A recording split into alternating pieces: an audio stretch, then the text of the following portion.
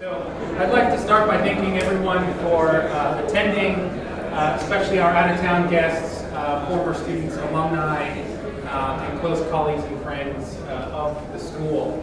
My name, for those of you who don't know, is Christopher Romano. I am currently a research assistant professor in the Department of Architecture, and also very proud to say an alumni of this program, both undergrad and graduate degrees. I'd like to start first by introducing and the screen goes up, right at the screen. Start by introducing the panel and then briefly talk or maybe expand on the topic or the way that it's been framed, a culture of making. And then I'll turn it over to each of our guests for a series of short stories or talks about the work they do. And then we can sit and open it up for discussion. So the first, Gabriella D'Angelo, who joins us from Ithaca, also alumni of the University of Buffalo, received a bachelor's degree in 2006 and an MArch in 2008, and is currently an assistant professor at Hobart and William Smith Colleges. The second, James Bruce, alumni of our program as well, with a BPS in 2006 and an MArch in 2008, currently a senior architect at Workshop for Architecture in New York City. Third, Tad Heidgergen, who's currently joins us from Detroit and is an assistant professor at the University of Detroit Mercy and principal of Et al. Collaborative. And also, I think, as a graduate of Cranbrook, has a lot of philosophical affiliations to the way, certainly, that some of the faculty here approach the problem of material in relationship to design, so we're glad to have you. And lastly, Jared Oakley, who received an MArch in 2004 from the University of Buffalo, is currently a project manager at Architectural Resources. So I'm very, very happy to have this panel and honored to be introducing this topic, a culture of making, looking forward, looking back. So for many years, the school has nurtured a culture of hands-on work. We are invested in making things and experimenting directly on and with materials. Blending traditional methods of building with contemporary methods of digitally driven production. This is spearheaded through an intimate relationship between our shop, one of the largest in the country, and our growing digital fabrication facilities, which in many ways have become part of our pedagogy and, more importantly, part of the identity of the school. We also have seen this trend most recently in industry giants such as Autodesk's Pier 9 workshop in San Francisco, where both cutting-edge software tools and hardware tools are accessible within a single space. This has led to an academic environment where acquiring a deep knowledge of tools and materials is more the norm than the exception. And one can identify a number of historical residences, from the medieval guilds to the arts and crafts movement to the curriculum of the Bauhaus, to name a few.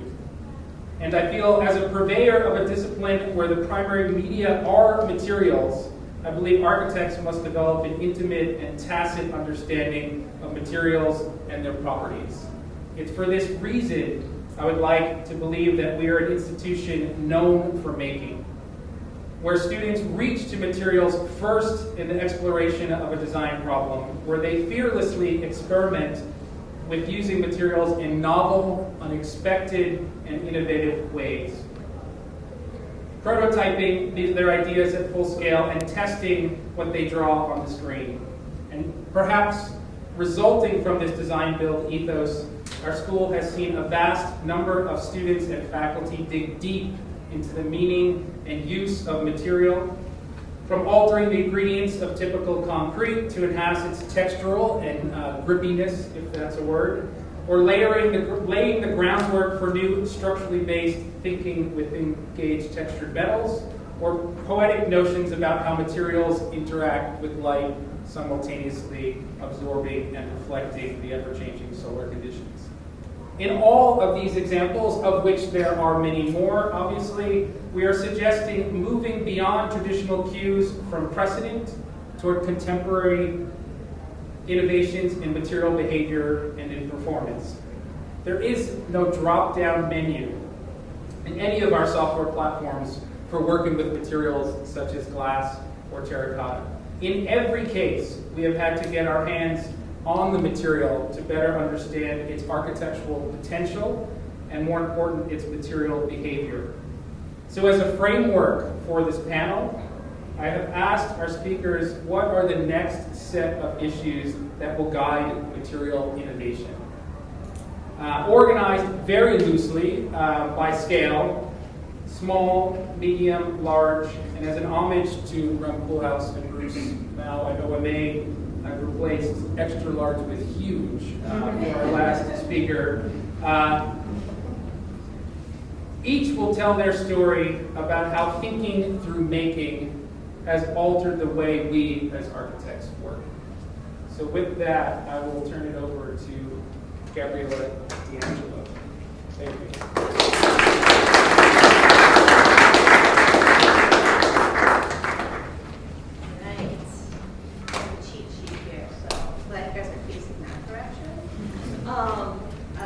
So I guess I just want to say that I'm thrilled to be here and jealous of the students and faculty that are here, because this is really the place that I first fell in love with the creative process and the idea of making work that could kind of dictate. I guess I should. Can I snap this thing? Okay, so the first time that I realized that I was in love with the creative process was in the spring of 2002. I was on a tour of the architecture at UB with my father, and we were inside of the freshman design studios, and there was this crazy whirlwind of materials and models and chaos and energy that filled the bays as the students were scurrying around to get ready for a critique. And I truly felt electrified. I was terrified for where I'd gone, and also for myself, realizing that this is something that I wanted to get into. But at the same time, I was feverishly provoked and exhilarated. And this is a great picture I snagged from online, actually. I didn't have one, but it totally took me back to the freshman studio experience. And it was this magnificently charged and challenging pushing of the envelope discourse about design and production and experimentation that truly shaped who I am today as a designer and educator, and just kind of at large as a thinker. And I really owned up to this intensely in my thesis project as a graduate student, which I'm showing some pictures of here. Experimenting with the idea of wearable architecture, day after day I explored the material, formal, and experiential overlaps between clothing and buildings.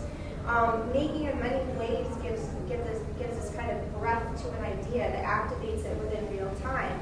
And at the one-to-one scale, the satisfaction that I felt in producing inhabitable studies that I could experience and refine, revise, clip, snip, drill, sew, and many other things. It was truly thrilling and enlightening at the same time.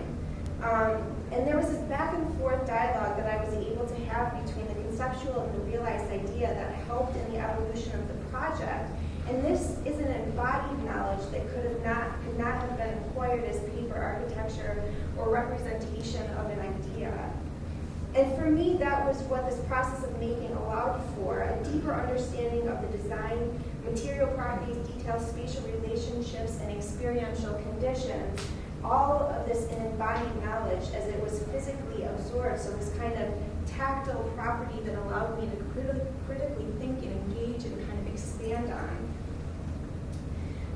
And in my design practice now, whenever possible, I try to bring this this logic of making into my process. Sometimes I begin on paper or with paper, sketching and building models. Sometimes I begin by playing and experimenting with materials, their properties, strengths, weaknesses, limitations, and then I dip back into collaging and then digital representation and then back into building. Recently, I find myself heat welding and logging and laser cutting and industrial scale rolling various materials for a series of applications and projects.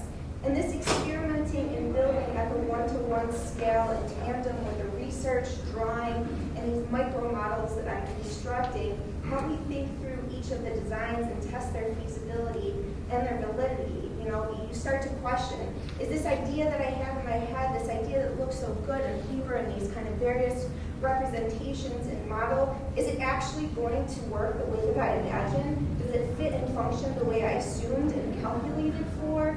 Do those connections actually fit and work? Sometimes the happy mistakes leads to a critical revelation that's really positive, and sometimes it sends you back to the drafting table. But in any case, again, there's this kind of back and forth with the dialogue that helps you to get to a point where you feel like something is completed or it's worthy, it's worth the effort that you're putting into it. And making for me is also about the activation of the design. It often flips the idea of the maker onto the user of the structure or landscape, as they are the ones who are ultimately creating space through initiation and inhabitation. The projects, or in projects like Sound Garden and Pop-Up Sound Garden here, space is made only through the projection of sound. A platform and a structure are presented, but an architecture is only there, it's only tangible through the intangible waves that are created by the structure, by the person who's initiating the sound through the structure. In garment texture and inflatables, the person wearing the structure has the option of expanding each garment into its architectural counterpart through bending and folding, hinging, buttoning, and in this case through inflation. And recently, in a playscape project I worked on this summer, where we designed and built using the materials cut down from the site, I experimented with leaving some of the basic materials on the site, and this allowed for the kids who we designed and built for to actually add to the design of the part and create structures, which was really cool to see. And they were a part of the design process the whole time and were kind of watching us the whole time building. So allowing them to do that after they had been watching us was a really cool experience. And whenever possible, bringing the one-to-one scale exploration into the studio is something I try to orchestrate. I think there's a real value in the education of the architect to dream without consequence, the representation of idea without having to think through the feasibility completely. And on the counter, there is an obvious value to executing ideas at full scale in order to work out the kinks on a practical level. So I challenge my students with occasional small-scale projects, sometimes an extension of the work I'm investigating or projects that I'm working on, and sometimes just projects I thought were cool when I was a student that I was working on. I'm working in a really small city called Geneva, New York, and as soon as the community gets wind that you're somebody who is willing to not only think, but to actively create what you are trying to conceive, they come to you with a lot of projects, and I try to bring those into my classroom as well when at all possible. So sometimes we're engaging with community design build, like with this meditation labyrinth for a neighborhood pocket park, thinking through nature and the act of meditation and carving into the landscape brick by brick our design that we constructed. Sometimes they're engaging with tactical urbanism and large piles and pallets, breaking them down and crafting temporary public spaces, like Geneva, New York's first parklet, various outdoor seating, and bike racks around campus. And sometimes we're collaborating on an architectural installation for an exhibition. In this case, or in any case, I think pushing their process and building on the idea of an embodied knowledge through the act of making, I believe, is crucial for the education of the architect, but is also vital for the continued development of the practice and our built landscape in general. So that's my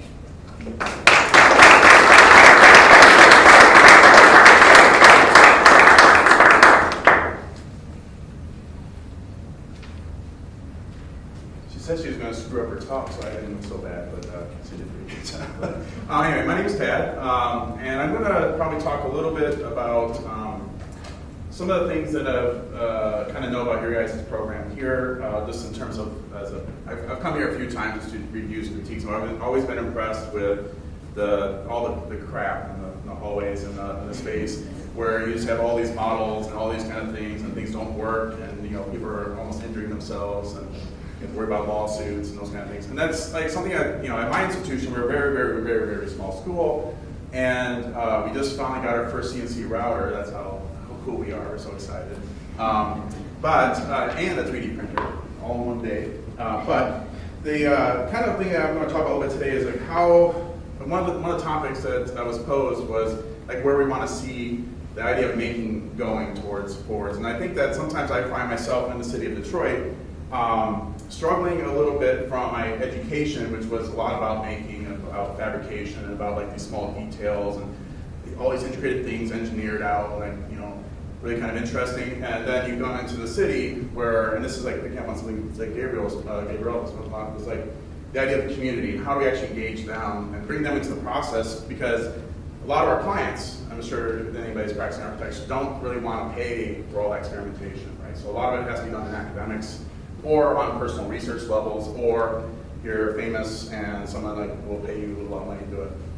So I'm a part of a practice that we have a outfit in Brooklyn and in Detroit, and we basically work in a collaborative manner. We bring partners on and off. But I was going to kind of talk today a little bit about like how does making play a role in architecture practice, but also in education. So this is my house.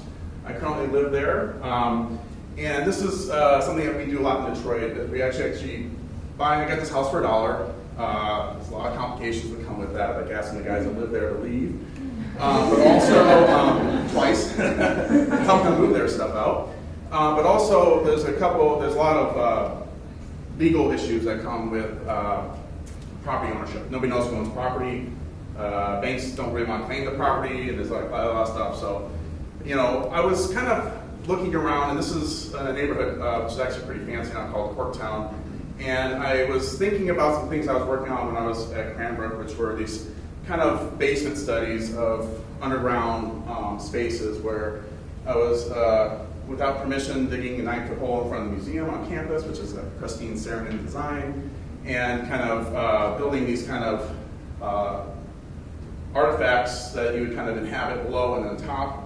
But it's really about trying to gain scale through economies. I'd love this to be like a really fancy like a boat sail or something. I need to find a sailboat manufacturer or something. But the idea of just kind of building these kind of sculptural events where people start to experience them, and the idea of that is to start conversations. So in the house itself, this is all the work I'm kind of showing first is kind of in progress, so it's not really super sexy yet, but this is the sexiest part of the house, which is the staircase, which is not that sexy. When I got the house, it was kind of full of drop ceilings, vinyl tile, and so part of it's been the idea of removal. So I had this idea that we have all this vacant space, all this vacant property, big old buildings, big factories. How do we actually subtract to design versus add? So it's kind of, been playing around with in the past, obviously. I'm not like the inventor of that idea. But I also, this is my kitchen currently. If you guys know Charlie Genie, this is his refrigerator on the left, which doesn't really work, but it's like this idea that this is not like the final, this is a mock-up basically. So I basically mocked up the entire house, started removing walls, and started kind of building out just in a really low-tech way, making sure I have my gas grill there. But the idea around the house itself is to kind of remove a series of floors, so you're gonna move this, that, and the other, put a swimming pool in the basement, put a little pickling cellar over here. That's stage 11, which is the prison at the top. And kind of just like using a house to explore. And this is kind of a process that's being used a lot in the community that I'm at, where we have a house that's called a squash house, which is actually you play squash and grow squash in the back. There's the playhouse where you actually play. It's a playground plus also a play area. People live in these conditions. And I actually live in this condition. But again, these are just kind of in progress. But what I'm finding from this kind of exploration is, besides gaining asthma, is that the kind of process of learning through the material kind of evolves as you're kind of working with it. So The initial designs were a lot more finessed as the thing kind of progresses. And this is something that we all kind of play with in architecture. We have a great idea, then we design stuff that's really not where we thought it was going to end up, but sometimes good. The second part of this is actually the community part, which started from a couple studies where I was doing these kind of chair graffiti projects. And this was actually my first time I was using any kind of digital fabrication. But I kind of took out I was trying to go 2D to 3D directly versus 3D to 2D to 3D, if that makes any sense. I wasn't trying to model it and then build it. I was actually kind of drawing all these different types of shapes and forms. And these are some of the more basic ones, but I tried folding them up and then applying them throughout the city. And then this is my wearable architecture, but was also talking about community spaces. And then it kind of started to talk about, this is a project, this professional project. This is for the Red Bull House of Art, which we used an existing brewery in the city of Detroit. And this is actually supposed to be two slides over. I put it in the wrong spot. But this was talking about the idea of that subtraction a little bit, but using the reuse of the spaces, because the city itself has a lot of these kind of hidden gems that we don't necessarily get. But this is a detail of a restaurant that we worked on that I was going to talk to you guys a little bit about, just in terms of how do you bring in a little bit of the fabricator. This was like another installation project that was more of a political statement. There's been a lot of conversations in the city of Detroit, education being number one, second one being food desert type conversations. And during the Super Bowl, they asked us to design all these kind of storefronts, and they're all like, super crazy designs, tessellations, and all those kind of beautiful things. And we just ended up just designing a grocery store, because that's actually what we needed. This is all hand done, of course, no lasers. And then going back to the idea of making, so this is my house actually right there. I'm on top of the train station here taking this photograph. This is kind of the hot neighborhood in the city where there's like a barbecue restaurant, coffee shop, there's downtown. This is a project that started off from Daimler Chrysler came to us when they were still Daimler Chrysler. They said, hey, we have $10,000 and we want to come and lead the park. And we're like, well, that's worthless. What's leading the park going to do? And so what we did, we started leveraging actual physical spaces. So I'll go up to here. This is the first thing that we did, was actually built this kind of reflection garden. But we started using the community to kind of help us start building. And what was kind of interesting, we built this little island first, and then came back the next year, and then we built this $250,000 garden, which is here. It's kind of cut off there in front of the train station. And what it did was actually kind of made the park inhabitable. When I first moved to this neighborhood, there was literally a series of tents there where displaced people were living. Some of the bottom all Eddie Bauer tents. And then like 3 weeks later, it was really sweet actually, but then 3 weeks later the police came and removed them all. But this was actually the most photographed space in the city, but everybody was always kind of really intimidated by it. So what we did was we started actually building this thing as like kind of a political statement. We built this, and then the same day, the guy who owns this, Matty Maroon, who owns the bridge to Canada, started to kind of clean up the building and actually started to remove the graffiti along the entire facade. So we started using the idea of physical exploration to start to kind of create physical change in the community and neighborhood. And now, if we go back to here, the house that's here is another house that people were asked to move out of. He didn't like my music, the guy that used to live there. And they just sold these abandoned houses for $120,000. And it's just like, and I'm not trying to promote that because it actually puts me in a lot of problems, but at the same time, it's starting to kind of manifest into actually change just by action, and just through community engagement. This is the last project that I'm currently working on, and this was a photo from yesterday. So we bought this building here, which is right across from the University of Detroit, with the kind of hopes of developing a connection to this neighborhood behind here, which is one of our poorest neighborhoods in the city, which is right, this is the University School of Architecture. I really want a coffee shop, so I'm just going to build a coffee shop here. And then the idea is like all these houses here with the marks were all kind of city-owned properties. And so we've been working with the city to kind of actually secure those properties. But in the meantime, we actually went back and purchased this building, which we were going to use for fabricating the houses. But we ended up like kind of engaging the community, finding out what they need through a series of events. So we built our own little coffee shop from the old signs that used to be in the space. This is Theaster Gates from Chicago, coming in and actually working with the neighborhood inside of our building. That's me looking really excited in the back. Then we kind of started solidifying a series of different things where we started working with, trying to build out infill housing along with our projects and creating these green paths into the city. And what's kind of interesting is this neighborhood has just recently been selected for this $5 million NIGHT grant that is going to kind of start developing a greenway path between University of Detroit and University of Marygrove College's Model Way.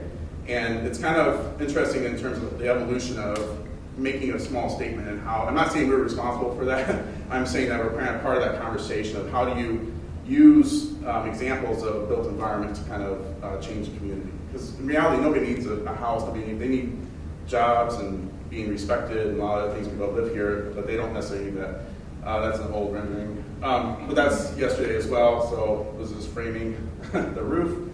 And so we'll be kind of opening that up hopefully this fall. By the way, there's an event there tomorrow for this design festival. So we, within a day, last week they said, hey, can we get a roof on your building so we can have an event in there just in case it rains? And so basically I had to build the roof in a week. And so it's sheathed, it doesn't really have roofing on it. The last one is not necessarily a making project, but it starts talking about that community element of trying to instigate through the idea of representing things physically for people that may not understand how things are urbanistically. So this is actually a project that was used to kind of have conversations with the city of Detroit, who basically gifted an arena to Little Caesars and their hockey team. They weren't actually talking to the community at all. And I think the community didn't really understand what was actually occurring in terms of the kind of land ownership and purchasing and all that kind of stuff. And so what we tried to do is actually, we created this game. Again, I was trying to end on something that's really just not about craft, but just about kind of the actual physical, where the idea of showing something that is everybody basically in the community was able to kind of come in and build their own arena district, just like, I don't want to use that word Legos because that's an awful analogy, but the idea of actually kind of having the community involved and actually building things. So it's not to the level of where the kids are actually kind of building with the logs, but the idea that by just activating them, the community into it, then they understand the process that making, the process of physical space is important to them. And then you can start to bridge those conversations about actual physical construction. So that's it. A little bit different.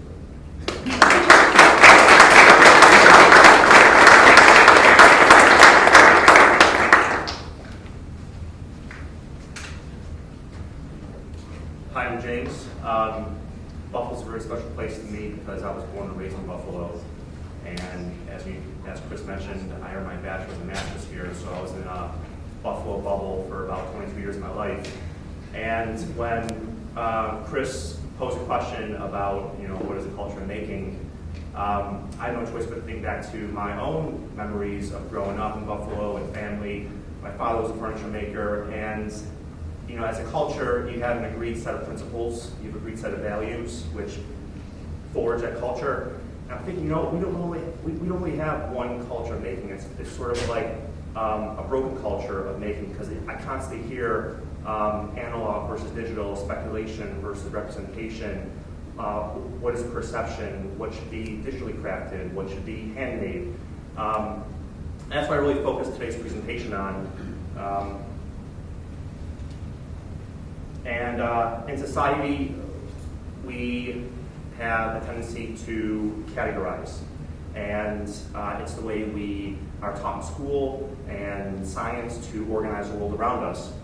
In the culture of making, you can argue that you have makers who are purely analog, hands-on, or purely digital, and they fabricate everything with the use of the computer. As someone who was raised by a furniture maker, I didn't get my first computer until I was a senior in high school. I didn't use CAD until I was a junior in undergrad. I don't like to choose sides, and The great thing about UB is it really encouraged me to embrace both sides. And that's really my recommendation to everyone is really have a healthy relationship, a friendship with digital fabrication technology. Now, you know, talk to technology, you argue with it, and you reach compromise. And do you want to punch technology in the face sometimes? Absolutely, right? But it's really using the best of both worlds to yield the best results. And I think that's something that UB has really given me and that I really take every step of the way. Even to this day, I really try to think, how can I really embrace both sides while thinking about, you know, the Omar Khan side of my brain, as well as the Brad Wales side of my brain, you know, try and really marry the two so that in the end, it's really the product which really speaks for itself. And I'm going to show some examples today which are just from my experience, 4 projects which touch on these 4 areas. The first is making as problem solving. So architects are in a strategic position to be the most valued problem solvers. If you think about it, we have to synthesize extreme amounts of information to satisfy not just one client. I always think there's 3 clients every project. There's the client, there's architecture, and there's yourself. And you have to satisfy all 3 of those clients. And this project was for a competition for a new museum of light and dance. And working with the principals, everyone wanted their own design. Everyone. They're like, no, it has to be this, no, it has to be this. Here's a problem internally. How do you solve matters between people internally before we even go to the client? So I was the lead model maker on this, and I recommended, why not show multiple models for the interview? Why not try to elicit thoughts, ideas, prove to them that we are so interdisciplinary and multidisciplinary that they have no choice but to choose us. This is actually the size of Little Sushi, and what we decided to do was laser cut the sites on the opposite side so that we could actually place the models within this little piece. And in the end, the project went belly up because of some investors, and to this day, it's considered just a sushi box. But going back to my idea, my thought of analog versus digital, it's not versus, it's analog and digital.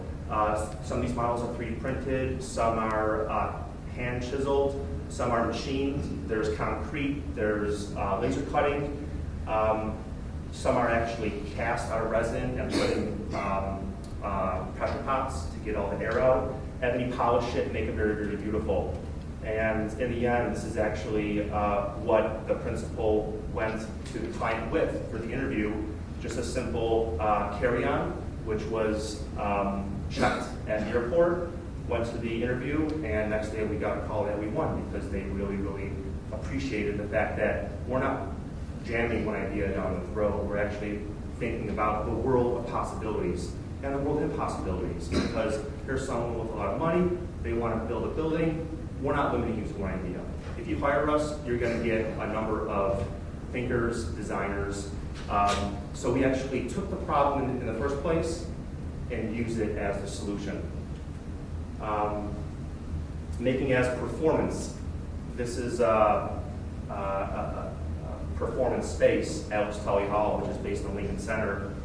I was brought in as a junior designer and model maker for this project, and we knew that in order to use a material to enhance the acoustics of a space, the material has to have multiple properties. It can't just be wood, because wood has a certain sound absorption coefficient.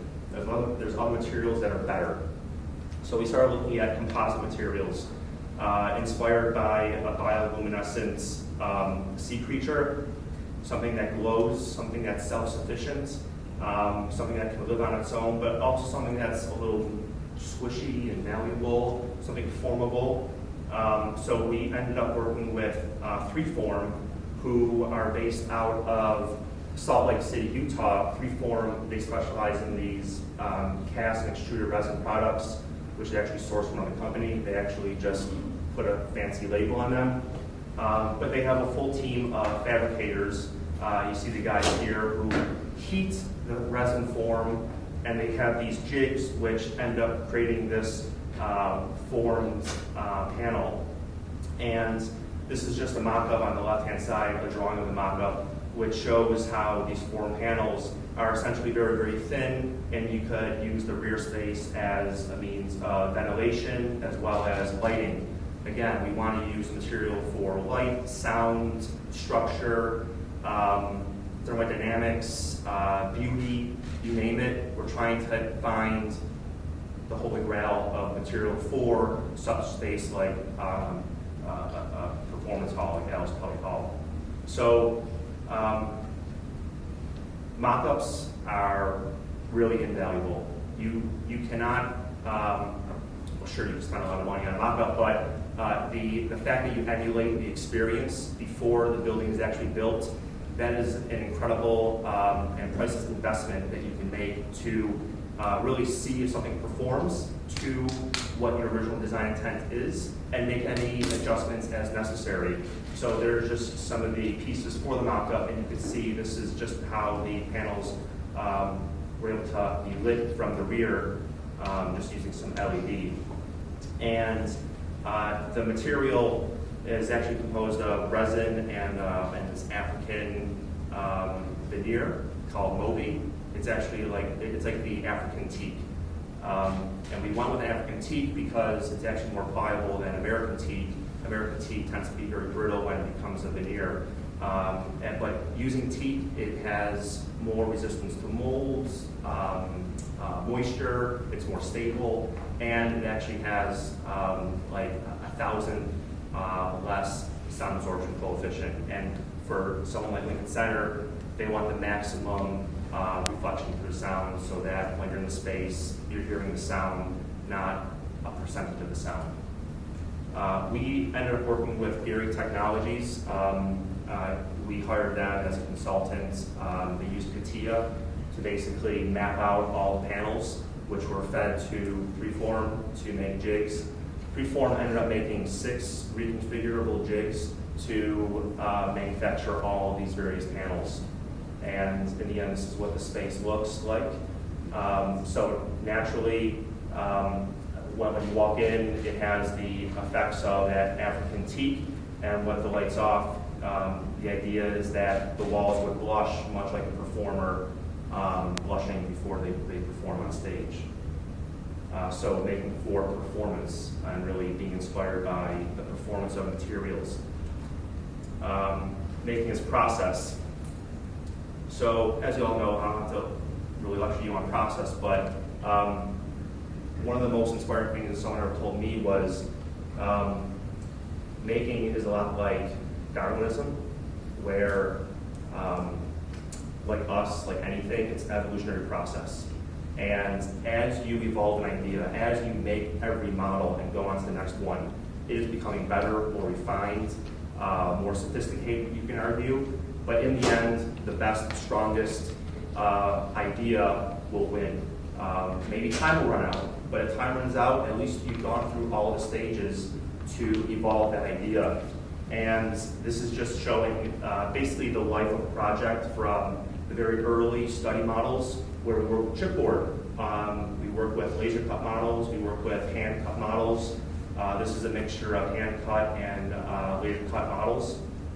And you can argue that a lot of these look the same, but there are subtleties, right? That there's subtle differences which really make a project or a model really speak for itself, or allow you to find inspiration or continue on to the next model, right? Now when you pick something up and explore it, you start to refresh and think of what else can be possible, and then you regenerate a new one. So this is for a creative arts center in Brown University. We were challenged with the fact that the Creative Arts Center has all these disciplines in it, music, sound, dance, theater, and the idea was that they would all be housed And the program was so that the building was shifted so everyone can sort of like cross-pollinate visually. But I'm going to focus mostly on the skin of the building, which had this simple partie, give the spaces the privacy that they need because the facade is actually very exposed, it's all glass. So make the sides and the rear of the building, which are more pedestrian, service related, a bit more private, but also give them some sunlight. So we thought of this idea of crimping with just fabric in the beginning. And early on in schematic design and design development, you're rushing to find what are the materials that this be made out of. This is one of the presentation models, which was 3D printed. But let's face it, we're not going to 3D print an entire facade of a building. Maybe next year, maybe next 10 years, possibly, but not now. It's just not conducive to the client's wallet. So we ended up working with a local fabricator upstate where they used alucobond panels. Alucobond is a market term for aluminum composite resin panels. Basically 2 sheets of aluminum with the resin in between. And based on the tooling of the material, you can back route and fold the material to create these various shapes. You could also do this with just a handsaw and a jig running it through. Alternatively, you could do it with solid aluminum. If you get 1/4 inch aluminum and get a fine tooth blade, you could actually start to bend a lot of these yourself. And this is one of the mock-ups we made. So going on with the process of making, we make drawings, we make mock-ups. We review the mock-up before we say go ahead and fabricate everything. We review the details. This is actually one of the construction details for the skin. And this is the final project. So although it is composed of many, many parts and pieces, you could actually just have it all automated with the use of CNC technology. But again, this wasn't able to be thought of without being inspired by some very simple hand models and explorations. Making as practice. So, like I said early on, I was raised as a very analog thinker and became a late digital thinker. And over the past 2.5 years, I've worked for a design build practice. And I've been working on a single project. This is actually a pool house, P-O-O-L, as opposed to pool house. So the pool house was conceived of as a result of another pool house being just in shambles. So this was a demo and completely new rebuild. And as a design and build firm, we understand that there's more risk, absolutely, because we're not just the designer, we're the builder. So, but you can also argue that there's less risk because we're in complete control. We do the drawings and we do the building. So as a senior architect, I transitioned to a senior construction manager when we break ground. So I'm not only the one who builds models and does the drawings, I'm the one who's managing the subcontractors to make sure that they're building this detail accordingly. This is an example of one of our drawings. Typically you see cross sections and plans and drawings. We like to make axonometrics, perspectives, exploded axonometrics, because it's really the junctions which are poorly represented in drawings, which can be represented in 3D much better. So when they're installing glass or the mullions, we know exactly where pieces go, where bolts and flashing goes. So there's no way to interpret, there's no room to interpret the drawings. Because the typical process is architects draw, builders build, and it's the architect's job to visit the site and observe to make sure that things are in accordance. It's a real pleasure being on site, working with other fabricators and builders. There's an entire community of builders and makers in the world who live in these niches of neighborhoods, who are incredibly skilled with experience, years of experience, right? Guys who are 60 years old who understand ironworking. And here I am, just 32-year-old, what do I know? But my experiences, especially at UB and as a professor, communication and collaboration is really invaluable because you speak with them and you talk, and in the end, you realize you're cut from the same cloth. It's just, you're an iron worker, I'm an architect. In the end, we want what's best for the project in the end. We do mock-ups practically for anything. This is actually one of the ceiling mock-ups. We explored a different or wide range of materials from corrugated, perforated aluminum to acrylic, formed acrylic. Some material here is from 3form as well. We go to the stone quarry. We build stone mock-ups using actual material because every material is very different. Yes, it has different properties, but also different handling. To handle acrylic is much different than handling 300-pound slab of slate. But we go to these places, talk to the actual makers. We want to get in their heads and know what they're thinking so that when I'm on site watching these guys do the work, I know what's done for. So the interior of the pool house is composed of these custom plasma cut trusses. This is actually this truss here, which was being installed at this time. That was a 50-foot piece of 3/4-inch steel plate that was plasma cut, and then the flange was hand welded on. And in the right is a rendering which shows the finished product. The picture on the left was taken about 2 days ago, and the picture on the right is the finished rendering. So you can see a lot of glass. The 3form ceiling is installed. And on the right will be the finished product, and on the left was taken yesterday. And that's my practice at the moment.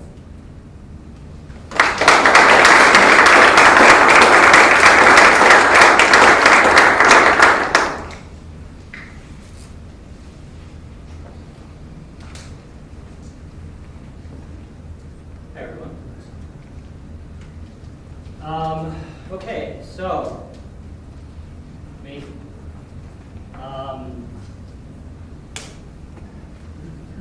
So I want to talk about making, I think James touched on this a little bit, in relation to how we develop the representation and documentation for designs. And I want to do that in the context of an ongoing project that is happening currently right now. And I want to give you a little context for that. So as most of us know, in late October of 2012, Superstorm Sandy rolled through the eastern seaboard, leaving, as we all know, massive destruction in its wake, psychological, physical, and I think it also changed the way that we approach buildings and the design of buildings. This is a flood evacuation zone map of the borough of Staten Island. Brooklyn is on your right, and Manhattan is to the north, just out of the picture. And the purple X is an existing psychiatric facility owned by the New York State Office of Mental Health. And they were hit pretty hard by the storm. And so in the aftermath of the storm, there was this desire to rebuild, consolidate. And so there was an RFP put out. We put a proposal together.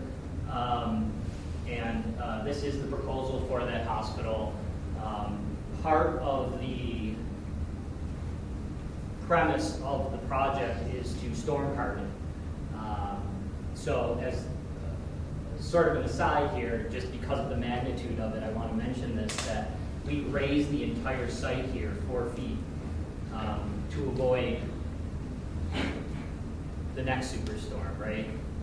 Which will probably be bigger and still damage the campus. But to date, we've trucked in 160,000 tons of soil to the site, actually flying down on Sunday for the groundbreaking. So we're just about ready to start driving piles and erecting steel. But what I really want to talk about is how we made it from this sort of conceptual rendering to where we are now, how we took these ideas of concept and translated them to a point where they could be fabricated or made. So the classic example of making the builder architect, we're all familiar with this, or most of us are, is Brunelleschi's dome. And we know that Brunelleschi made these full-scale templates and drawings by the side of the Arno, and made templates in the sand to construct these ribs at full scale. So this is sort of completely different from the way that we develop buildings now. I would argue that we digitally make a building now before we construct it, especially something that's as complex and large as a hospital. So what you're starting to see here is the beginnings, is the culmination rather of roughly 2 years of design and production by a team of roughly 50 people in approximately 6 cities, working collaboratively on one single model, multiple trades, interacting in real time, constructing this building in great detail. So what you see here actually is what we call the electrical model. So you can see on the lower left-hand corner is the switch gear. And so the scale of this, just so you understand, is you have the switch gear, you have things that are modeled from the switch gear all the way down to electrical switches and outlets and receptacles and things like that. I'll fly through a couple of these. This is the fire protection model. This is the plumbing model. We're all sort of familiar with this axonometric system drawing, I think. The HVAC model. All of these are then combined as this really complex kit of parts. And what's really interesting about that is that you have all these people making changes in real time and developing these drawings to such great detail that we're out ahead of the process. So we promise the client that there's very few change orders on the job because we go through and we coordinate to such a high level. We all sort of know that that's a fallacy, that that's really never fully achievable. So what could go wrong in the modeling process, we try to avoid. We've developed these strategies, and what we call clash detection is this one strategy that we've developed that's pretty much industry standard for going through and reviewing what is in the model and how all these little tiny bits and pieces relate to each other. So we make sure that there's clearances for insulation, and we make sure that ducts aren't running through steel members. And we literally look on a case-by-case basis at all of this, and we run these really complex reports, and we communicate with each other as if we're building the building. And not only do we build the solids, we also build the clearances, we build the voids. So you're seeing these red voids are what we call clearance zones, or what I call no-fly zones, because it indicates areas where we don't want certain trades to run conduit or plumbing or what have you. So it's also about clearances for access to things like smoke dampers and things like that that typically designers aren't really thinking about and typically come up in the field as an oh crap moment, right? You're like, oh, all right, how am I going to deal with this? So now what we're trying to do is we're trying to construct the building, and I understand that it has its own pitfalls also, but I think as best we can right now, we're trying to construct the building with this great level of detail so that it's an easier process during construction. Sometimes it can be too detailed, though. One of the pitfalls is you can be really detailed, and so on the right-hand side, you'll see a green circle with a dimension that says 255/256 of an inch. And so, I mean, I think that this is not only, I mean, this has been around since, the advent of computer modeling and computer-aided drafting and whatever, but it is so incumbent now that this is happening, it's so incumbent on the designer, architect, to model these buildings and know how these buildings go together in 3 dimensions at such a high degree now that you can't round numbers, you can't, there is no more tolerance in the modeling itself. What's really important also is this idea of communication. I think James was talking about this also, like how you coordinate in the field. You don't work in a vacuum. As designers now, you're working with this huge team of people who are all working simultaneously on moving all these bits and pieces. It's a really fluid process, and so everyone needs to be communicating and everyone needs to be speaking the same language. So there's projects where you have certain people working in one platform and other people working in another platform, and those are the projects that tend to have more problems because you're not really virtually building the building. You're kind of leaving it to guesswork. You're leaving it to more of that more traditional 2-dimensional coordination that a lot of architects have been trained to watch and to coordinate over time in a more hands-on way. So the model that we make when we make these models, these virtual models, digital models, it's not the end of the model. There's various levels of detail ranging from level 100 to 400. Typically, the design documents are somewhere between 300 and 350. I think it's pretty apparent some of the differences.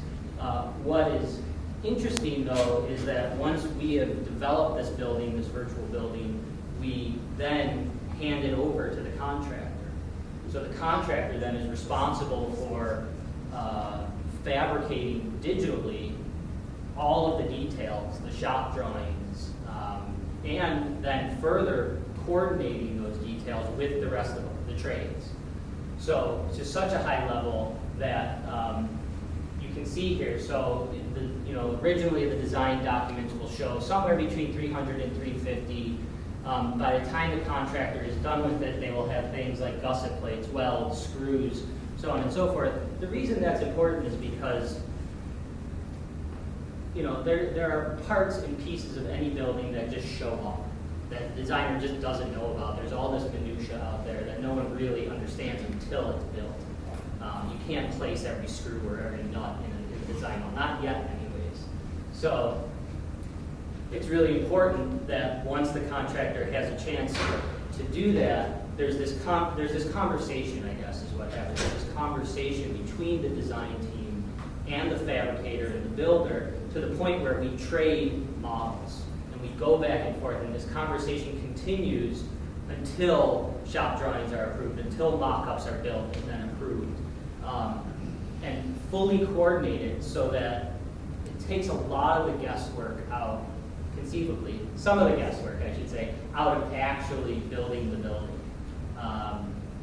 So I think also what's really coming to the fore here and looking forward and how all of this digital technology now is going to influence us as architects, designers, and the field in general is what are the contract documents. We're held to these really stringent ideas that you could have an error or an omission in a document, and currently still it's the 2-dimensional representation. So currently we develop this model, and from that model we create these sheets, and those sheets are stamped by licensed architects, and they're put out for permit, and then bid and fabricated or constructed. And that's a traditional model on the left. Now what's happening is the builders are getting the 2-dimensional representation, but they're also getting the 3-dimensional representation. So there is this strange gray zone where they have the 2-dimensional drawings, which are legally the contract documents, but they also have the 3-dimensional model where maybe you fudge something or maybe you hid an element, and so they can analyze that. They can't call you on it, but they can analyze it. And so I think what's happening now and in the future I think that we're going to move more towards this model where the three-dimensional model will become the contract documents, where the three-dimensional model is going to have to be modeled with such precision and with this approach that the designer is building the building prior to actually handing it over to a contractor to fabricate it, that will be, the three-dimensional model will be the construction document of the future. Thank you.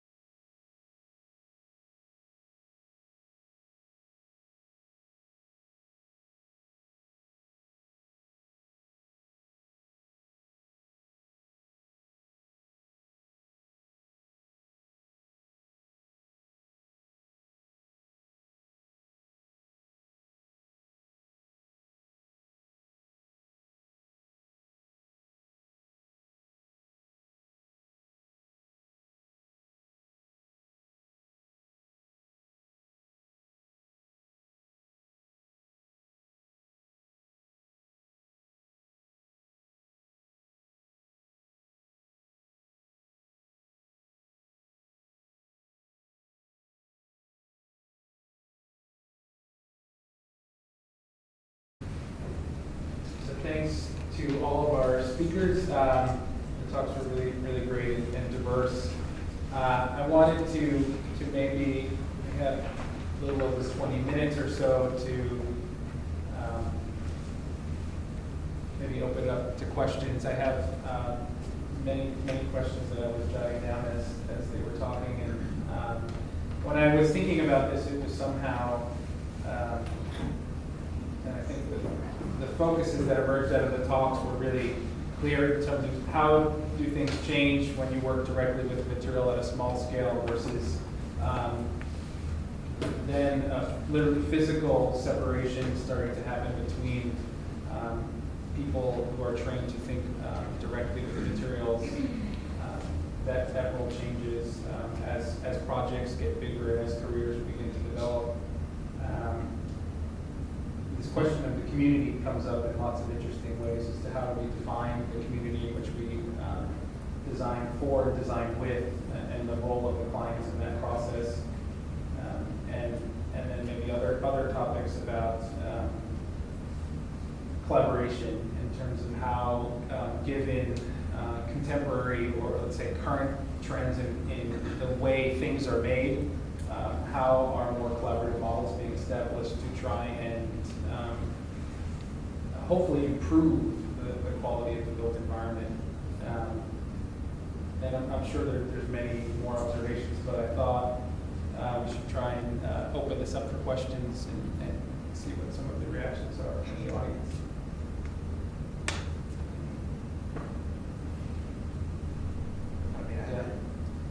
I guess I can start. I think the way that thanks everyone. It's so nice to see actually you guys come back and give talks about your work. And Tab is meeting you, but it's really good to see you. It's really clever the way this was organized. I think there are some scales, like the small, medium, large, and huge. And because you're starting to see now that I think, and you're talking a little bit about it, but we're starting to see very obviously the limitations of each one of these ways of thinking about this topic, right? So I've been thinking a lot about how do you define a culture of making? At what point is it just a field, right? At what point is it just architecture? Because it's very easy to say a culture in academia, right? Because not everyone's research requires making or building. So those of us who are creating things as part of our research projects, that you can very easily kind of understand this topic. Whereas Tab, you're living this topic, right? And with you, it's like, there's a hole in the ceiling. Your limitations are very different, I think, right, than some of the others, right? Gabriella is teaching this stuff, right? So there's a limitation of scale, there's a limitation of skill, and all these other kinds of limitations. Jared, I think you have a very interesting topic. Your way of approaching the topic here today, I think, was very, very interesting for this context. Because, you see this now very large distancing, but at the same time, in your case, I think it's more about arguing that the digital model actually has a lot of, actually it plays a really big role in this culture, and something we need to probably, maybe talk about more, as opposed to in terms of defining the culture. Because before it was just kind of organized like working directly with materials, but now it's slightly different. And I think, James, your appreciation for this is very clear about everything that you said, right? The appreciation of the maker and how you kind of work someone like that into the process of design and construction is also comes with its own set of limitations, but also opportunities. So I guess the question is, how do you define, is there a way to define a culture of making between academia and multiple scales of practice? Or is it always going to be different for each one of those things? It is different, but I would say that, well, at least for my part in my topic, that the culture of making, the knowledge of making is required to be successful in that model, in that mode of thinking. You can't, you're no longer just a draftsperson, I would say. I think that you need to have that background in order to really successfully understand how it all goes together. That's for my part. Yeah, I would agree that if there is a gene, I think you need that maker gene, or have an appreciation for it. I think we all in this room have an imagination to see how things go together, and it's how those things go together which raises this debate on what is the culture of making. And I think you can argue there's an infinite amount of means and methods as to maybe how it's made, but I think it comes down to context. I think it comes down to the user, the program, the type of building that you're making. There are a lot of variables, and I think as architects we have the mental capacity to think of, well, what is the most efficient, most interesting way to make this come to fruition, whether it's a hand model or if it's a building. And I think it's the appreciation for making that I think defines a culture of making. Otherwise it becomes politics. For me, I think I try to blur the boundary as much as possible because, and you can see that through the projects that I'm kind of presenting here and through the scale that I'm working at. So the logic and kind of the back and forth process of making and designing and going back and forth and testing things out and refining them however it is through physical model and drawing and whatnot. I mean, it's something I do myself in my practice through some of the projects I've shown here. I'm also living in a house with a lot of holes in it right now that I've been reconstructing for 2.5 years. It was built in 1797. So, but I take that into my classroom as well. So, that kind of back and forth, the building at full scale, the back to the drafting table, back to modeling, back to material studies, back to representations of material studies and spatial conditions and experiential aspects and everything. So for me, the dream is to blur that so that there's no differentiation, I guess, between the academic realm and the professional realm of sculpture making. That's my dream. But at my scale, it's much easier than say at huge or large, right? So small towards that word. Yeah, I think that, not that everybody needs to talk about that every topic, but like the idea of like merging yourself, immersion, I guess, rather. It's like when I was looking at some of the presentations, like of the larger ones, like, and I think it's much easier to comprehend. And like when you were, James, talking about like the idea of, or I think you were talking about the idea of like materials and things are getting more complicated. It used to be, or this was something Chris's topic of you have a bunch of materials now, like it used to be like wood, stone, glass, all these other things, and so to immerse yourself into that with the fabricators is quite simple. I'm kind of curious, and when we get into the larger scale projects, because like, and not just maybe a question back to the panel, like with Jared's project, like specifically with the last one, it's like, when do we have to engage the other people that are makers? Are we choreographing them now? Because we have an understanding of all these things, but like if I'm drawing a model like you're talking about at the end there, I need to have the team member that does the welding there to understand how that thing goes in, because otherwise you will become liable for all those kind of drawings as the process goes forward. So until we can 3D print a building that's completely stable from this plastic material, we're going to have to kind of have that conversation. Like a lot of the work that I work on is illegal, right? A lot of the work that you're talking, it's just in terms of to actually kind of work with the fabricators directly.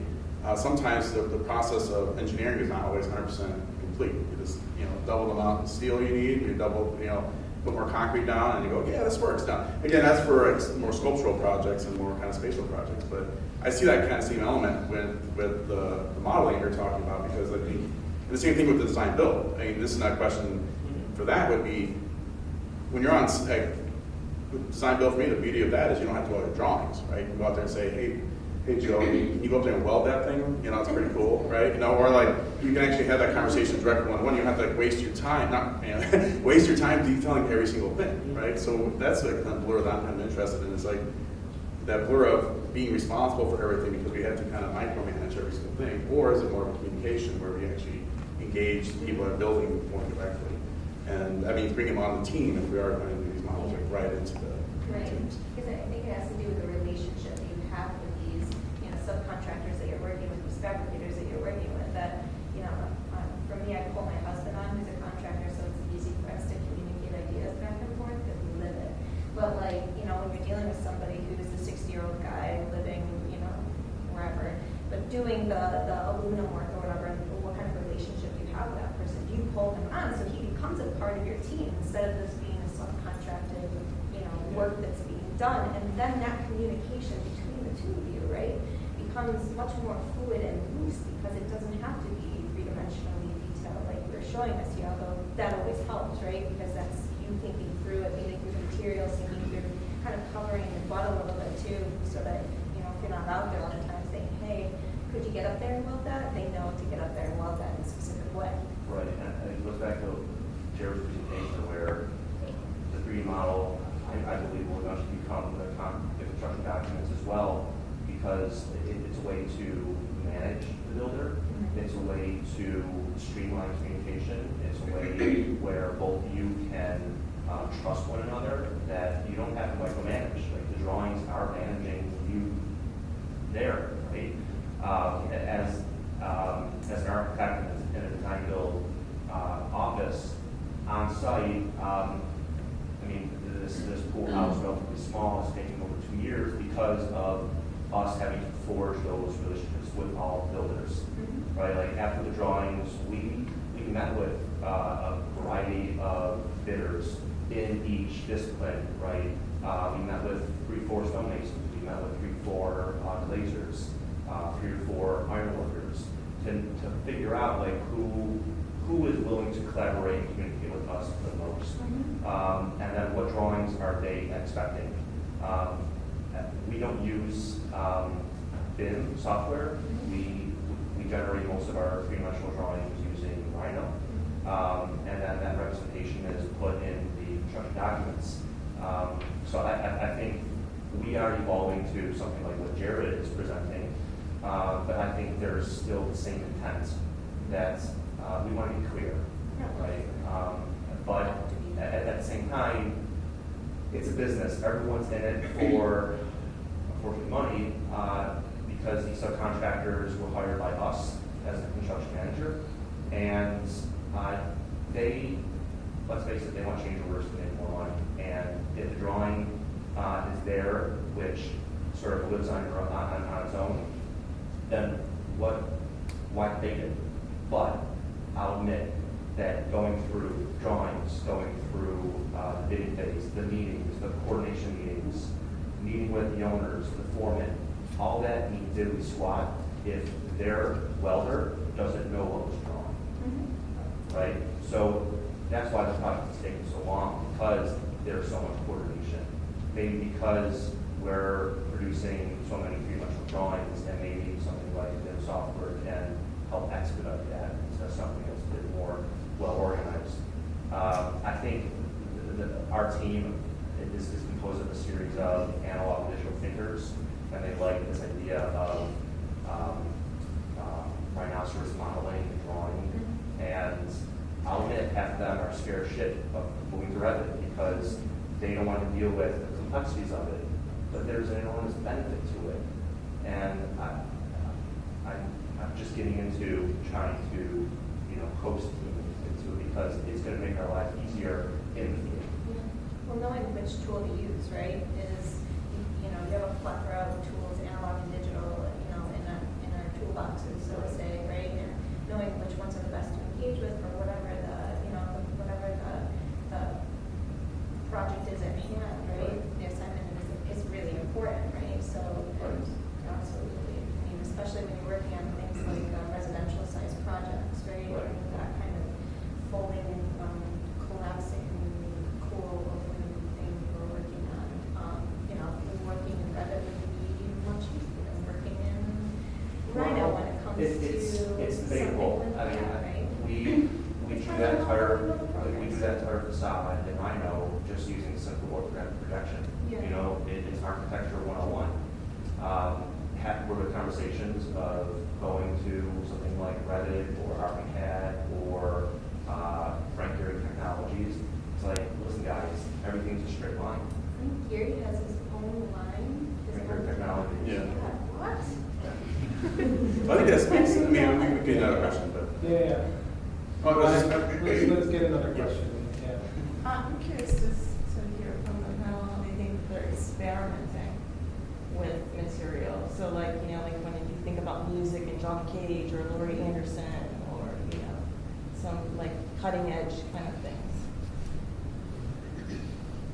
Well, I think, have having my own house too. I think we come to all of our own material experiments in our house.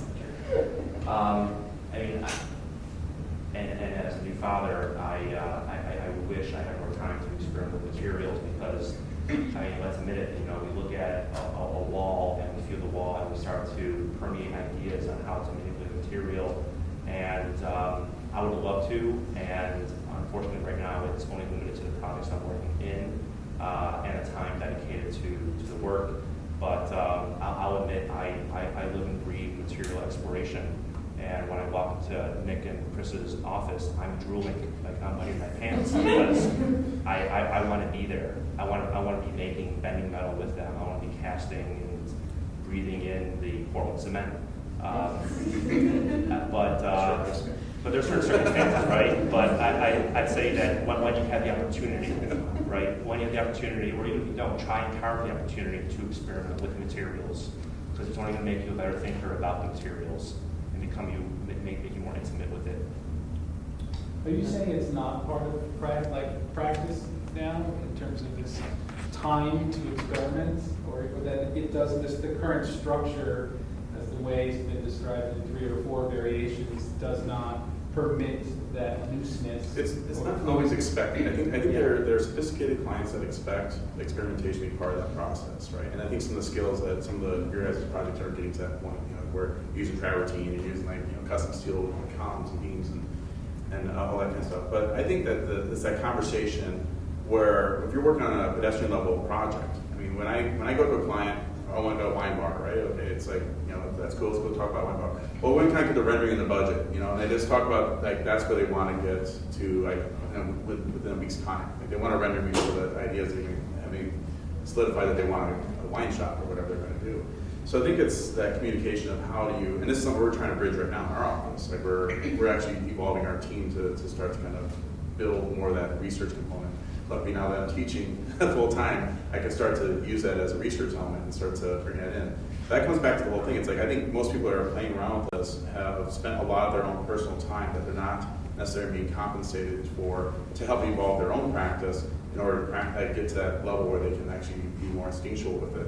In reality, it's just like anybody I know that's working in these fields, they don't sleep much, and which is great. I mean, we all market to school, we all want to be able to push the students to stay up super late, but it's really not being funded through the practice typically until you get to the scale where people are like, that guy's hot stuff, or that firm's hot stuff, but I'll do that, Or for large projects, like some of the Revit stuff being driven strictly by governmental necessity. They're like, we're not going to touch that project unless we do it in Revit. And then, so that's bringing some of the larger offices. In our office, we can't afford the Revit software. It's like $7,000 a package a year. It's like, it's like maybe an employee, so we play back and forth with it and tease it. But I think some of the cost and especially in our market where I'm at, it's we almost exclusively work in the city, and our explorations are what do we find in the space, what can we use.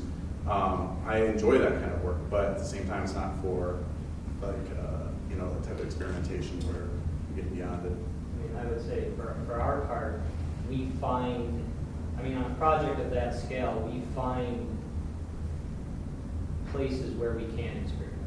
So I'll give one example. I left some of this out for the interest of time, but there's this really complicated system of alarming in a psychiatric facility where all the staff have these wireless fobs where they can set off an alarm if they have an emergency. And Bosch, same people that make drills, have fabricated the same wall-mounted device for every psychiatric facility in the world. And it's this horrible-looking beige box that sits on the wall with these blinking lights. And so we took it upon ourselves to redesign that and to work with Bosch and work with a plastic fabricator to propose a new box that more or less just house their contents, but to flush it with the wall. And so, we took what is happening in this larger project and then sort of branched out to smaller fabricators and did these experiments to ultimately, I think we've sold it. We're in the process of selling it. So that instead of this beige box that sticks from the wall, it will be this, maybe it's 3-form or some type of resin panel that is translucent that really blends in with the rest of the wall surface.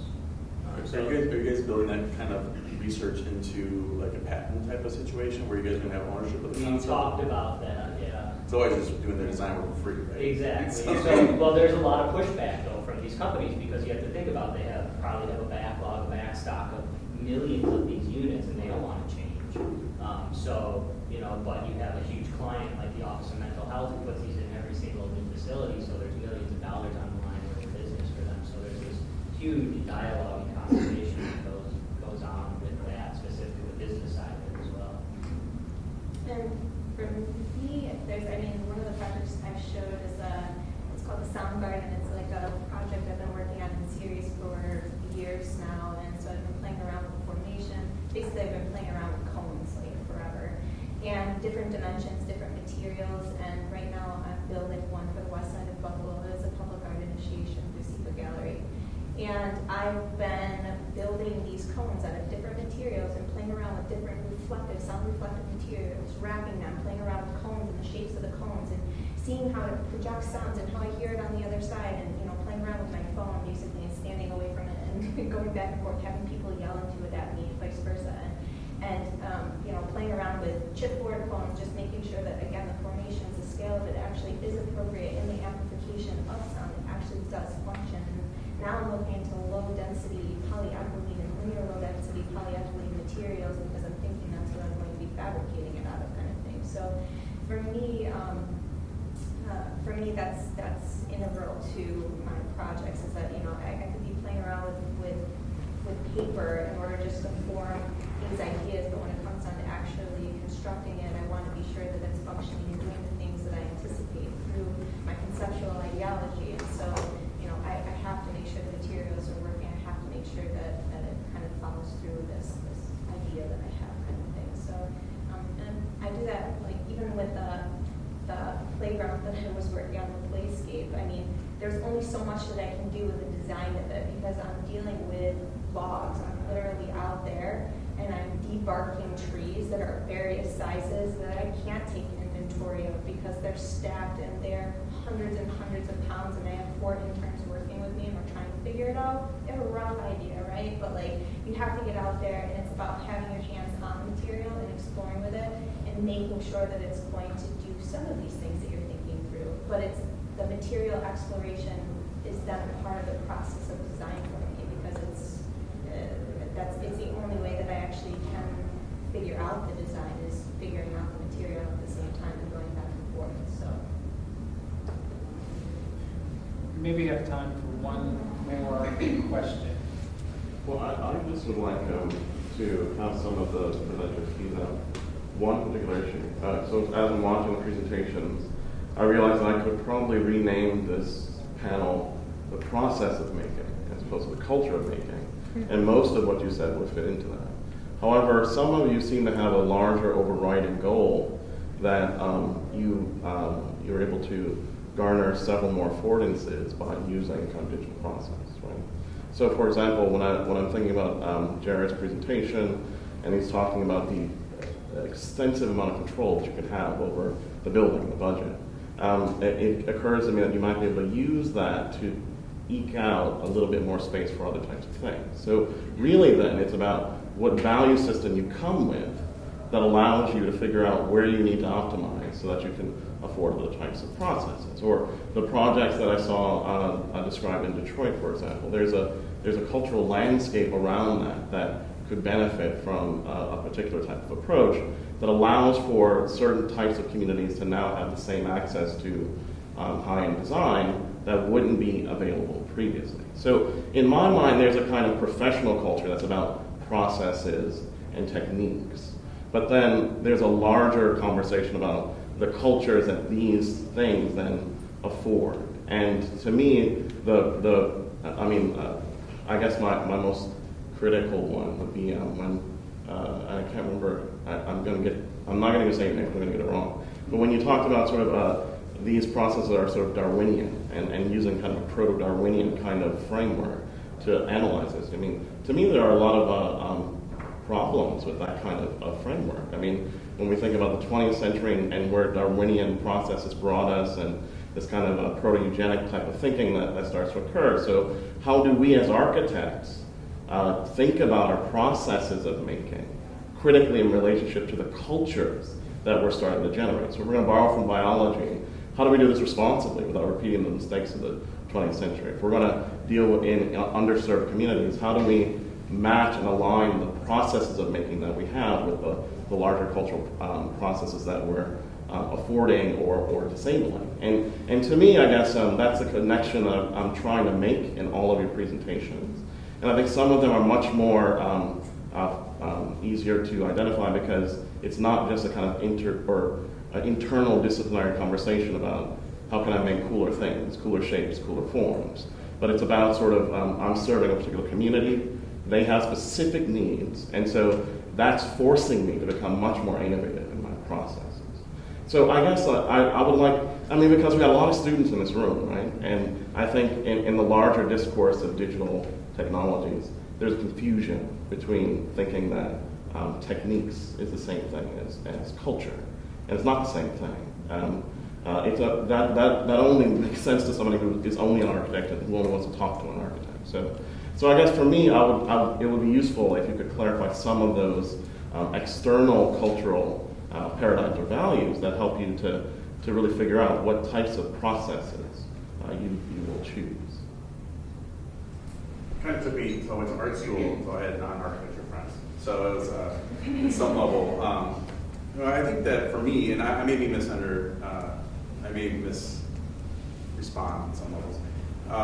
For me, I think the cultural component of it is the social element of it. The experimentation, the engagement with the client or community or other players that are participating. We've now started building up teams of fabricators that we work with. I'm like, hey, Tyru, what do you got? Let's meet up and chat about it. So in terms of the cultural component, I think that the idea is that how do we actually get a deeper solution through conversation and through the act of making together versus the idea of the diagram where the architect's at the top, right? And the architect is like this person. This is like, okay, the architect's part of a team, and that team has all these different elements of it. Again, there might be a little bit of coordination happening because we do have sometimes an understanding of a lot of the different skills it might take, from financing to the legal aspects to the material aspects, all that kind of stuff. We're exposed to those things. But how do we actually kind of bring all the other players into things? So for me, what I enjoy about architecture is the fact that I get to hang out with people and learn stuff from them and then try to do something with it. It's not very profitable in terms of, because there's a lot of time that's engaged with that. And that's something that I'm still kind of struggling with, whether or not this is just, lifestyle of architecture versus profession in some ways. And I want to tag team off of that because I think that what's really interesting is that the process that, at least that I described, creates is maybe the generator of a different culture. I think that process generates this culture where there is this value placed on the maker, where the design, the value that we typically place on the designer as the head of the pyramid has really, I think, been reformatted, or maybe it's that the designer and the builder are now equals, more so now than in the past. And so it is great to work with fabricators and have them on the team, and the fact that the process necessitates this huge there's this huge emphasis on the culture of collaboration with the builder. I think that's really where I think that's what is evolving out of all of this. I think that the process is pushing us towards this more collaborative culture. I also think that it brings people to the field who are more inclined to make. I think that it creates this culture where, we see these people, the people who, and I'll just speak, from on a professional level, the people who you want to bring into a business, into a firm that is working on a certain scale, on certain projects, are the makers.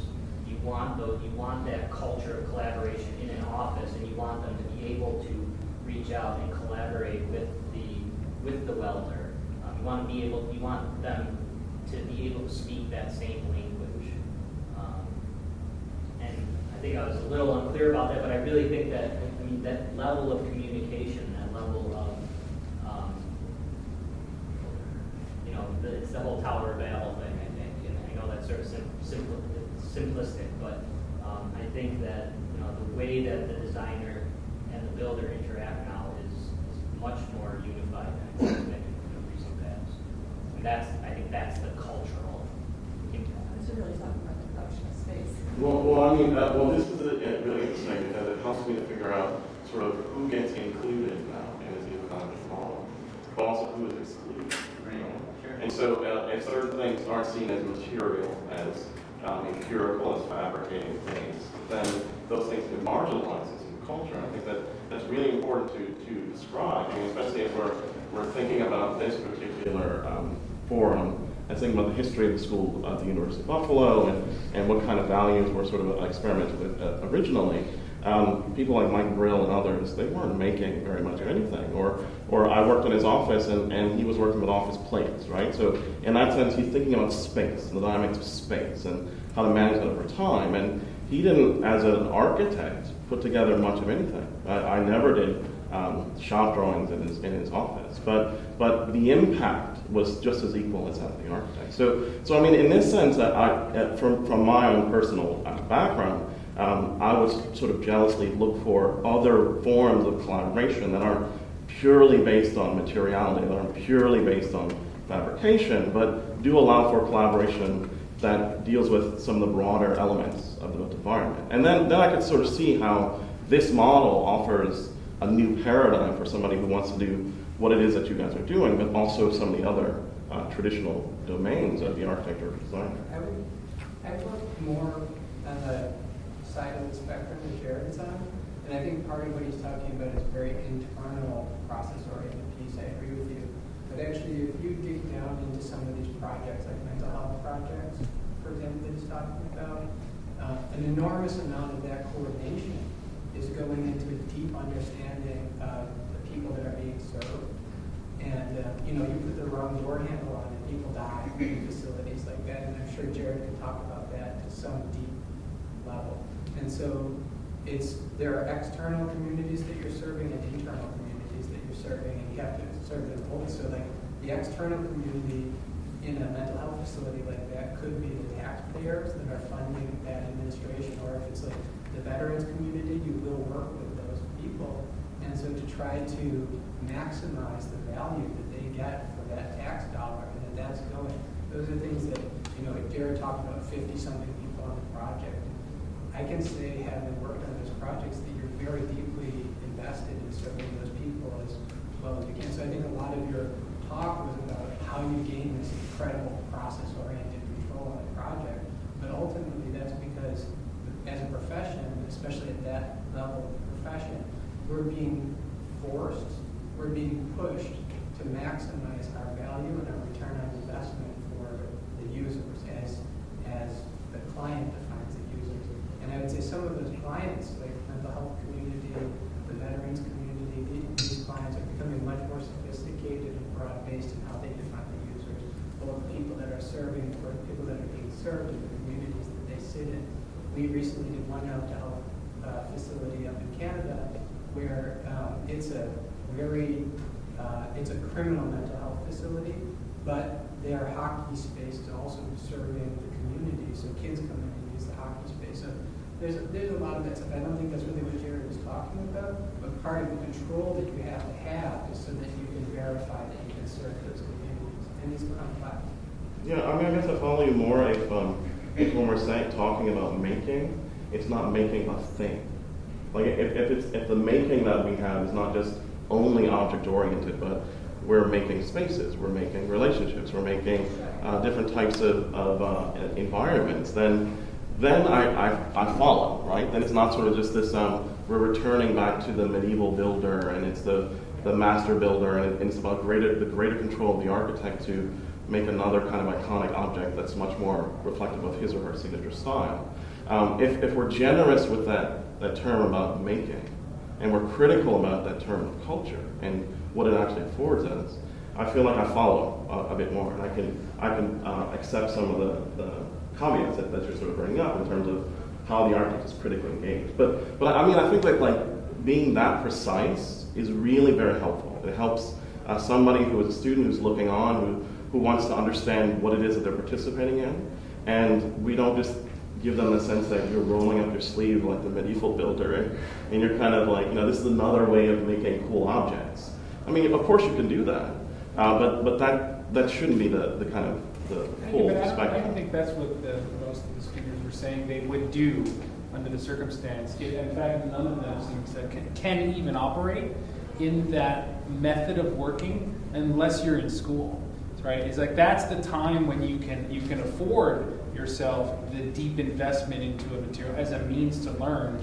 But you move into practice in those models of approach, you can't approach the problem the same way. For me, it's a question, as a lot of us and a lot of the people in this room have taught or spent a great time teaching students, and I think you posed the first question as that, and I think for me it's how do you take a young design student and what do you do first? You know, what and is the physical object a means to tease out, as you said, or tap out these larger questions. But that question alone takes years to unpack. And so it's this pursuit you're trying to set up while you're a student at a school like Buffalo, that with the hope that now 10, any 15 years, when your own thinking starts to mature, you're able to absorb these kinds of questions and ultimately produce. I mean, I think the goal is to produce, is to not optimize the world for efficiency's sake, the way modernism has tried to set up this system, this kind of separate system of specialization. A lot of folks here talked about. We've been talking a lot about, but to really improve it, like you said, to make better spaces and better buildings, and I think you almost need to set up the techniques in order to do that, because otherwise we're hiding. We're wedging a greater divide in my mind between kind of the academics and the professional world if we don't try and take that question and that struggle on face value. And I think this is a group that's really trying to live in both worlds and then move between them as a means to hopefully address the larger question that I think you articulated incredibly well. It's interesting because it relates to my career path a little bit because I joined a firm which was very much about the symbology of the architecture, and it was much about the techniques and methods of making and exploring materials. And a lot of those were competitions. And when you work in a competition, the goal was to make, of course, a sexy building. And within that, solve all the needs of the client. Well, who's the client? Where are they from? How many members are on board? What are all the needs? And I became very frustrated because you're working and designing in a vacuum. And all you're thinking of is the program. And how can your building be sexier than the one next to you when you're pinned up during the jury? And Is that yes. really what you're thinking? Well, I'm sorry. Is that really what you're thinking? oh yeah, as a model maker, as an intern, I'm trying to make sexy buildings. I'm trying to make it really sexy. And at the same time, fulfill the program so that we're not disqualified. And then present the project to principals in the form of solving all of these problems. But let's admit it, aesthetics is a huge variable in architecture. It's huge. And I think right now it is a huge battle because you have certain pedagogies in school which are focused on form making and post-rationalize a program or trying to fit a program into a building. And I think at UB we're fortunate to bridge both sides, where we are told to understand the program, understand problem solving, at the same time understand materials, how do you build it, how do you work together as a team. And I made a personal decision to join a separate firm to understand more about the process of learning the client. Work with your ears first, not your mouth, not your hands.